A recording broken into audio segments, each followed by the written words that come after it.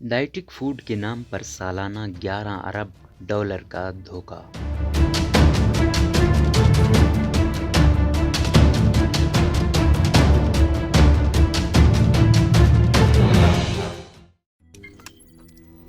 روزنامہ قدرت کی ویڈیو دیکھنے کے لیے ابھی یوٹیوب چینل پر سبسکرائب کریں اور بیل آئیکن پر بھی کلک کریں۔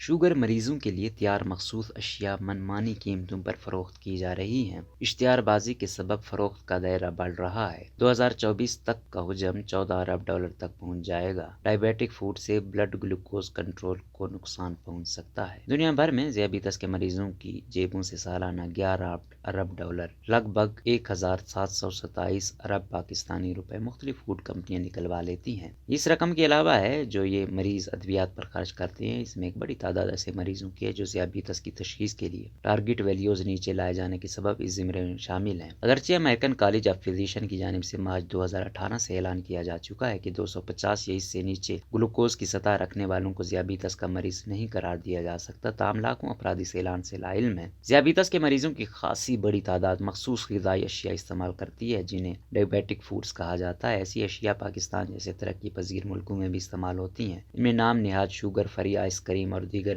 ڈیری مصنوعات، اس طرح sugar free biscuit, sugar free cold drinks اور دیگر شامل ہیں۔ گزشتہ چند برسوں سے ذیابیطس کے مریضوں کی رہنمائی اور مدد کے لیے کام کرنے والی تنظیمیں غذائی اشیاء پر ڈائبیٹک فوڈ یا ذیابیطس کے مریضوں کے لیے جیسے لیبل لگانے کے خلاف مہم چلا رہی ہیں۔ اس مہم میں ایک اہم نام ڈائبیٹک UK کا ہے جو برطانیہ کی ایک اہم غیر سرکاری تنظیم ہے۔ اس تنظیم کے 1,70,000 اراکین ہیں۔ یہ تنظیم ذیابیطس کے مریضوں اور ان کے اہل خانہ سے مل کر ان کے ذہنوں میں ذیابیطس کے حوالے سے پائے جانے والے غلط تصورات کو ختم کرنے کی کوشش کرتی ہے۔ مختلف کمپنیوں کی اشتہار بازی کے نتیجے میں ذیابیطس کے مریضوں کے ذہنوں میں پائے جانے والے غلط تصورات میں سب سے خطرناک یہ ہے کہ اگر وہ ذیابیطس کے مریضوں کے لیے تیار کی گئی مخصوص خوراک بالخصوص مخصوص میٹھ کی اشیاء استعمال کرتے رہیں تو انہیں کوئی خطرہ نہیں۔ ایسی اشیاء میں کم کیلوریز والے سویٹنرز سر فہرست ہیں۔ جہاں عام میٹھے میں کیلوریز موجود ہوتی ہیں اور خون میں گلوکوز کی سطح بڑھانے کا سبب بنتی ہیں، وہیں یہ سویٹرز خون بھی شوگر کی سطح نہیں بڑھاتے۔ اگرچہ یہ سویٹنر بذات خود نقصان وہ نہیں، لیکن ان کے باعث پیدا ہونے والی غلط فہمی سے مریضوں کو نقصان ہو رہا ہے۔ سویٹنر جس خوراک میں ڈالے جاتے ہیں اس میں اس کی اپنی مٹھاس موجود ہوتی ہے، لیکن اشتہار بازی کے زیر اثر ذیابیطس کا مریض یہ سمجھ بیٹھتا ہے کہ چونکہ اس نے خوراک یعنی چائے وغیرہ میں چینی نہیں ڈالی لہٰذا وہ بے دھڑک یہ خوراک کھا پی سکتا ہے۔ اس طرح مریض غلط فہمی کے زیر اثر پرہیز چھوڑ دیتے ہیں اور ان کی صحت متاثر ہونے لگتی ہے۔ ڈائبیٹک UK جیسی تنظیموں کے مطابق مریضوں کے لیے سمجھنا ضروری ہے کہ ان کی خوراک متوازن ہونی چاہیے اور اگر سویٹنر ڈالنے کے باوجود ان کی خوراک میں بہت زیادہ کیلوریز موجود ہیں تو انہیں فائدہ نہیں پہنچ سکتا۔ اس تنظیم کا یہ بھی کہنا ہے کہ دوسری جانب ذیابیطس کے مریضوں کو یہ حقیقت بھی سامنے رکھنی چاہیے کہ ان کے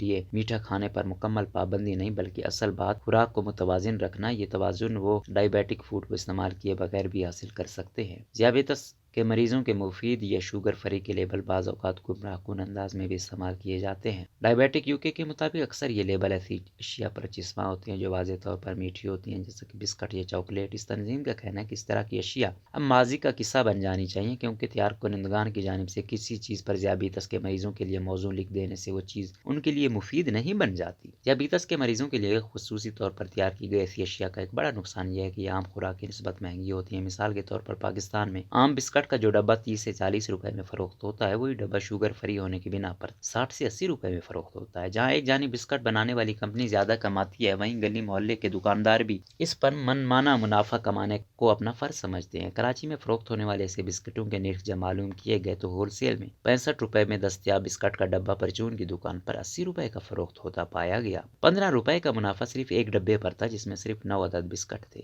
چونکہ ذیابیطس کے مریضوں کے لیے تیار کی گئی مخصوص اشیاء منمانی قیمتوں پر فروخت کی جاتی ہیں لہذا ان پر منافع کی شرح دنیا بھر میں زیادہ ہے۔ اشتہار بازی کے سبب ان کی فروخت کا دائرہ بھی بڑھ جاتا ہے۔ 2019 میں ڈائبیٹک مصنوعات کی مارکیٹ 10.9 ارب ڈالر تک پہنچ چکی تھی۔ 2020 میں یہ 11 ارب ڈالر پر پہنچ گئی جبکہ 2024 تک اس کا حجم 14 ارب ڈالر تک پہنچنے کا تخمینہ ہے۔ 11 ارب ڈالر پاکستان کے سالانہ بجٹ کا ایک چوتھائی بنتے ہیں۔ 2020 میں ڈائبیٹک مصنوعات کی فروخت میں اضافے کی رفتار سست ہونے کا سبب کووڈ لاک ڈاؤن تھا۔ ڈائبیٹک مصنوعات فروخت کرنے والی کمپنیوں میں David Chapman ice cream, 50-50 food, Nestle, Unilever, Mars Incorporated, Coca Cola company, Pepsi, Kellogg, Cadbury اور زین ہیلتھ جاپان شامل ہیں۔ 2019 میں اس قسم کی زیادہ مصنوعات شمالی کوریا یعنی کینیڈا اور ریاستہائے متحدہ امریکہ میں فروخت ہوئی، لیکن ایشیا پیسیفک میں فروخت تیزی سے بڑھ رہی ہے۔ ان مصنوعات میں لو کیلوری مشروبات، sugar free jellies, bakery items, ice cream اور دیگر شامل ہیں۔ مشروبات بنانے والی کمپنیوں نے شوگر فری کولڈ ڈرنکس کے بعد اب پروٹین شیکس اور فنکشنل واٹر جیسی مصنوعات کے ذریعے بھی ایسے لوگوں کو گھیرنا شروع کر دیا ہے جو اپنی صحت کے حوالے سے محتاط رہتے ہیں۔ مارکیٹ ریسرچ کے حوالے سے ایک نمایاں ادارے ریسرچ اینڈ مارکیٹس کے ایک رپورٹ کے مطابق ڈائبیٹک مصنوعات کی فروخت میں اضافے کا ایک اور سبب بچوں میں ذیابیطس کے مسائل بڑھنا بھی ہے۔ بچوں کو ذیابیطس کو ڈائبیٹ سے جوینائل کہتے ہیں۔ ایسے کم سن مریضوں کے لیے ان کے والدین ڈائبیٹک فوڈ خریدتے ہیں، لیکن مہنگی ہونے کے باوجود کیا یہ مصنوعات محفوظ ہیں؟ اس حوالے سے ڈائبیٹک یوکے کا کہنا ہے کہ صحت مندانہ قدرتی مصنوعات کے مقابلے میں ڈائبیٹک فوڈ کو منتخب کرنے کے نتیجے میں آپ کے بلڈ گلوکوز کنٹرول کو نقصان پہنچ سکتا ہے۔ اس کے مقابلے میں متوازن خوراک کھانا بہتر ہے۔ اس تنظیم کے مطابق ڈائبیٹک فوڈ مصنوعات میں بعض اوقات سنتھیٹک شوگر ڈالی جاتی ہے، جس کے نتیجے میں خون میں گلوکوز کی سطح بڑھ سکتی ہے۔ یہ تنظیم لوگوں کو مشورہ دیتی ہے کہ وہ کبھی بھی ذیابیطس کے مریضوں کے لیے موزوں کے لیبل سے دھوکہ نہ کھائیں اور ڈبے پر درج معلومات کو احتیاط سے پڑھیں۔